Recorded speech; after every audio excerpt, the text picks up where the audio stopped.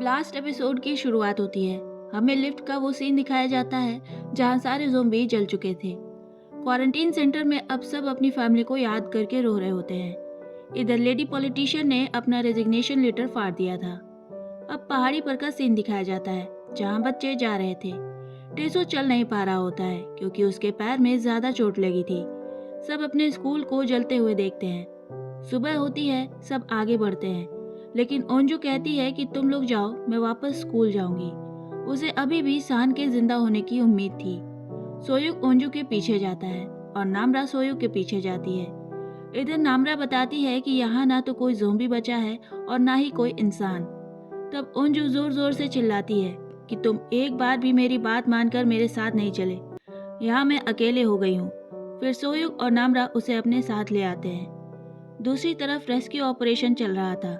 Soldier safe और unsafe जगह पर स्टिकर लगा रहे थे। इधर नामरा को लगता है कि रेस्क्यू मिशन उसके कारण फेल हो गया था क्योंकि उस टाइम उसी का टेम्परेचर लो था। तब ओंजू कहती है कि तुम हमारी बेस्ट फ्रेंड हो, तुम्हारी वजह से ऐसा कुछ नहीं हुआ।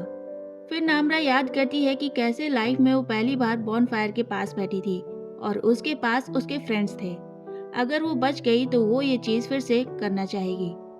आगे जाकर ये लोग जंगल में भटक जाते हैं, बार बार एक ही जगह पहुंचते हैं। तभी प्लेयर को रिबन दिखाई देता है। तब मिजन कहती है कि भला उस इंसान का जिसने ये रिबन लगाया है। असल में ये रिबन ओंजू के फादर ने लगाया था। आगे जाकर ओंजू को अपने फादर की टॉर्च मिलती है जिस पर उनका सिग्नेचर था। ओंजू उसे देखकर रोने लगती है और वो समझ जाती है कि ये रिबन भी उसके पापा ने ही लगाया है।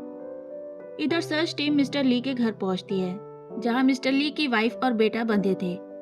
टीम मेंबर बोलते हैं कि ये भूख से मरने वाले हैं, लेकिन तभी उनका हेड बोलता है कि उन्हें ले चलो, ये बहुत इम्पोर्टेंट है। इधर ये सारे शहर में पहुंच जाते हैं जहां सब कुछ जल चुका था। नामरा को ये जगह सेफ नहीं लग रही थी। तभी नामरा कहती है कि यहाँ ज़ोंबी आ रहे हैं, यानी ब्लास्ट के बाद भी ज़ोंबी बचे थे। तभी सब भागने लगते हैं, लेकिन ज्यादा नहीं भाग पाते क्योंकि टेसू इंजर्ड रहता है। अब टेसू को लगता है कि उसकी वजह से सब मर जाएंगे, इसलिए वो कहता है कि तुम लोग जाओ, मैं नहीं जाऊंगा।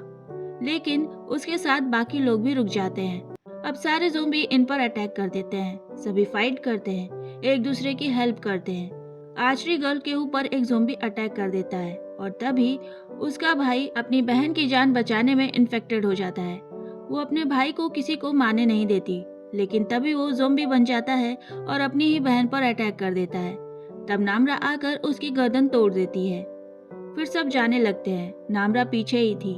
अब वो अपने आप पर कंट्रोल नहीं कर पा रही थी। वो अपने ग्रुप को खाना चाहती थी। तभी वो दीवार की तरफ जाकर अपना सिर फोड़ने लगती है, अपना हाथ काटने लगती है। अब वो समझ जाती है कि वो अपने दोस्तों के साथ नहीं रह सकती। सोयुक और ओंजू नामरा को ढूंढने जाते हैं। तभी हम देखते हैं कि नामरा एक ज़ोंबी को खा रही होती है। तभी ओंजू और सोयुक उसे बुलाते हैं। नामरा चिल्लाकर कहती है कि चले जाओ यहाँ से, और ओंजू पर अटैक कर देती है। सोयुक भी नामरा को नहीं मार पाता। तभी नामरा को होश आ जाता है। इस पर ओंजू कहती है कि तुम चाहो तो मुझे काट सकती हो, मुझे कोई दिक्कत नहीं है। नामरा वहाँ से रोते रोते अकेले ही चली जाती है। सोयुक और ओंजू उसे ढूंढते हैं, फिर वापस अपने दोस्तों के पास आ जाते हैं। अब ये लोग एक रेलवे ट्रैक पर पहुंच जाते हैं और उनके सामने आर्मी रहती है। फिर उन्हें चेक करके रेस्क्यू कर लिया जाता है। फिर हमें क्वारंटीन सेंटर का सीन दिखाया जाता है। तभी ओंजू के फादर का टीम मेंबर ओंजू से कहता है कि तुम्हारे फादर तुम्हें स्कूल लेने गए थे, लेकिन फिर वो ओंजू का उतरा हुआ चेहरा देखकर समझ जाता है कि वो अब नहीं बचे। अब इन्हें पूछताछ के लिए बुलाकर मिस्टर ली के बारे में पूछा जाता है, लेकिन कोई भी इनके सामने कुछ नहीं कह रहा होता क्योंकि ये वही आर्मी थी जो इन्हें स्कूल की छत पर ऐसे ही छोड़कर चली गई थी। वो लोग बस आर्मी को गुस्से में देख रहे थे।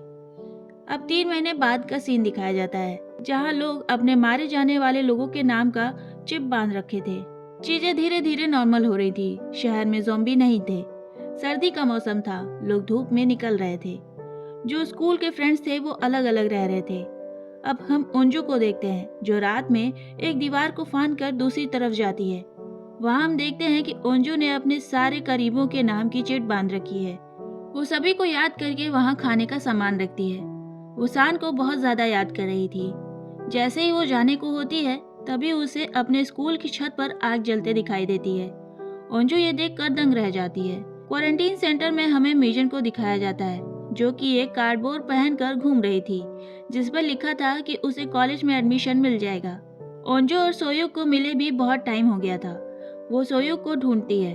जैसे ही सोयुक मिलता है, वो ओंजो से कहता है कि तुम कहाँ चली गई थी, तुम कहाँ रहती हो, मैंने तुम्हें बहुत ढूंढा। ओंजो कहती है कि मैं बस खुद को संभाल रही थी।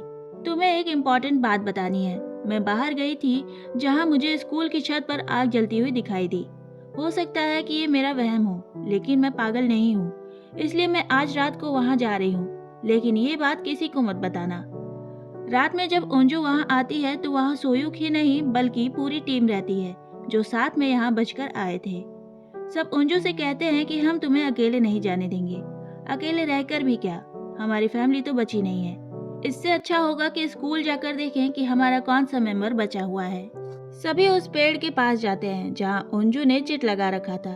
सभी अपने पास मौजूद खाने के सामान को वहाँ रख देते हैं। टेसो के पास खाली चॉकलेट बार का रैपर था जो सान को बास्केटबॉल कोर्ट में मिला था। वो उसे ऐसे ही नहीं फेंकना चाहता था।